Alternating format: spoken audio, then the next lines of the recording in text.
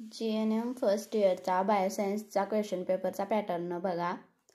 तर bioscience paper 1, आता हे पेपर 1, पेपर 2 आणि पेपर 3 हे काय आहे, तर आपला जर पेपर फर्स्ट अटेम्प्टमध्ये क्लिअर नाही झाला तर आपण सेकंड अटेम्प्टमध्ये तो क्लिअर करू शकतो. सेकंड अटेम्प्टमध्ये पण नाही क्लिअर झाला तर आपण थर्ड अटेम्प्टमध्ये क्लिअर करू शकतो. असे आपल्याला 5 अटेम्प्ट असतात. 5 अटेम्प्टमध्ये आपण सब्जेक्ट क्लिअर करू शकतो. तर तो ॲनाटॉमी, फिजिओलॉजी आणि मायक्रोबायोलॉजीचा आहे बघा. बायोसायन्समध्ये ॲनाटॉमी, फिजिओलॉजी आणि मायक्रोबायोलॉजी इन्क्लूड असतं. तर त्यामध्ये आपल्याला सुरुवातीला सीट नंबर जो आहे आपला तो इंग्लिशमध्ये, म्हणजे आपली माहिती, नाव वगैरे ते सगळं इंग्लिशमध्ये भरून घ्यायचं आहे. आणि त्याच्याच खाली आपल्याला दिलेलं असतं इन्स्ट्रक्शन की आपल्याला मराठीमध्ये क्वेश्चन पेपर लिहायचा आहे की इंग्लिशमध्ये. तर आम्हाला सांगितले की फर्स्ट हे 3 क्वेश्चन जे आहेत, म्हणजे क्वेश्चन फर्स्ट जो आहे तो इंग्लिशमध्येच कंप्लीट करा. जर आपल्याला हे, म्हणजे आपण ही तयारी करायचीच की हे आपले 15 मार्क्स आपल्याला मिळायलाच पाहिजेत, यातले एकही चुकू द्यायचं नाही. म्हणजे समोर तपासणाऱ्याला पण वाटतं की बाबा याचे हे पहिला क्वेश्चन जर आउट ऑफ आउट आहे तर याचे बऱ्यापैकी तयारी झालेली आहे क्वेश्चन पेपरची. त्यामुळे तो जास्त न रीड करता आपल्याला टीका करत जातो सोडा, म्हणजे थोडं थोडं चेक करत. तर आपल्याला क्वेश्चन फर्स्ट आता कसा लिहायचा आहे बघा. क्वेश्चन फर्स्ट आपला या पेजवरती आता आपलं एवढ्यात नाव वगैरे, रोल नंबर टाकून होतं. ही जी स्पेस राहते या स्पेसमध्ये क्वेश्चन फर्स्टमधला ए कंप्लीट करून घ्यायचा.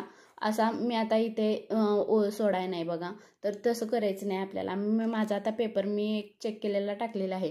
तर एक क्वेश्चन आपला झाला की म्हणजे उत्तर. आपल्याला इथे सोडवताना पूर्ण स्टेटमेंट लिहायची काही गरज नाही. ज्याला लिहायचं आहे त्यांनी लिहा. फक्त आपण त्यातला, म्हणजे आता हे बघा, हे सेंटेन्स कंप्लीट करायची काहीच गरज नाही. आपलं जे उत्तर आहे ना ते फक्त लिहिलं तरी चालतं, समजलं. आणि ज्याला पूर्ण लिहायचं आहे त्यांनी लिहिलं तरी चालतं, किंवा फक्त हा आपला जो आन्सर आहे ना तो टाकला तरी पण चालेल. तो आता कसा घ्यायचा, तर या जागेमध्ये आता ए क्वेश्चन कंप्लीट झाला. आता हा बी आणि सी हा आपण या पेजवरती चालू करायचा. या पेजवरती आपल्याला ते 2 क्वेश्चन बसतात. जागा सोडूनच करायचे. म्हणजे आता जोड्या जुळवा आहे तर ए ग्रुप, बी ग्रुप. मग याच्यामध्ये पण एक लिहून झाला की ओळ सोडायची आणि दुसऱ्या ओळीला लिहायचं, असं स्पेस देऊन, म्हणजे दिसायला पण ते अट्रॅक्टिव्ह दिसतं. आता क्वेश्चन 2 आपला आता इथं जागा राहते. समजा एवढी जागा राहिली आहे इथे, म्हणजे आपला क्वेश्चन फर्स्ट सोडवून झाल्यावर तर आपण क्वेश्चन 2 इथे चालू करायचा नाही. ते दिसताना पण बेकार दिसताना क्वेश्चन, म्हणजे नवीन पेजवरतीच क्वेश्चन लिहायचा. दुसऱ्या क्वेश्चनची सुरुवात ही नवीन पेजवरतीच करायची. आपल्याला काय पेजेस देतं, ते सरकार देतं पेजेस, त्यामुळे काय त्याचा खर्च काही जास्त नाही आहे आपल्याकडे. होय बाबा आपल्याला खर्च घालायचा आणि एवढ्याच जागेत लिहून पूर्ण करूया असं काही नाही. तर हा बघा क्वेश्चन 2 मधले आपल्याला एनी 3 विचारतील किंवा 4 विचारतील, एनी 5 विचारतील, किती पण विचारू देत. आता ए झाला, आपल्याला पेजेस भरपूर मिळणार. आता ए आपण इथे सुरुवात केली. क्वेश्चन 2 ए आपला या पानावरती होऊन या पानावरती कंप्लीट झाला, ए मधला फर्स्ट. तर सेकंड आपण इथे चालू करू शकतो. मग ज्याला करायचं आहे त्यांनी करा, किंवा दुसऱ्या पेजवरती जरी न्यू पेजवरती केला तरी पण चालतं. आता क्वेश्चन 2 मधला किती एनी 3 विचारल्यात. ह्या पेजवरती कंप्लीट झाला एनी 3, इथे 1, 2, 3 ओळीत कंप्लीट झाला. तर क्वेश्चन 3 आपण ह्या पानावरती सुरुवात करायची नाही. क्वेश्चन 3 हा याच पानावर यायला पाहिजे, किंवा इथे कुठेतरी समाप्त झाला. समजा संपला क्वेश्चन, इथे कुठेतरी क्वेश्चन 2 संपला. एवढं पेज राहते. तर हे पेज सोडायचं, असंच सोडायचं. या पेजवरती सुरुवात करायची मग क्वेश्चन 3ची. तर क्वेश्चन 3मध्ये बघा, हा क्वेश्चन 2 झाला आपला. क्वेश्चन 3मध्ये 15 मार्कासाठी असतात क्वेश्चन. हे पण मोठेच असतात क्वेश्चन. 5 मार्कासाठी एक क्वेश्चन. हे पण तसंच. आता या पेजवरती पूर्ण झालं, समजा ए बी सी आपण वेगवेगळ्या पानावरती घेऊन इथे कंप्लीट झालं, तर आपण क्वेश्चन 4 इथून सुरुवात करायचा नाही. क्वेश्चन 4 याच पेजवरती यायला पाहिजे आपल्या. आता क्वेश्चन 4मध्ये कसं आहे बघा, क्वेश्चन 4मध्ये ABC 15 मार्कासाठी आहेत आणि ऑरचे ABC 15 मार्कासाठी आहेत.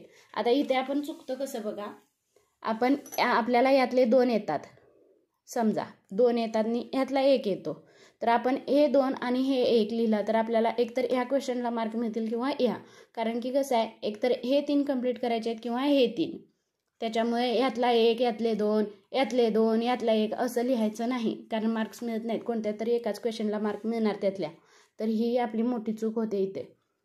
तर त्याच्यानंतर क्वेश्चन 5मध्ये छोटे छोटे म्हणजे आपल्याला डेफिनेशन वगैरे विचारतात, फॅक्टर्स विचारतात.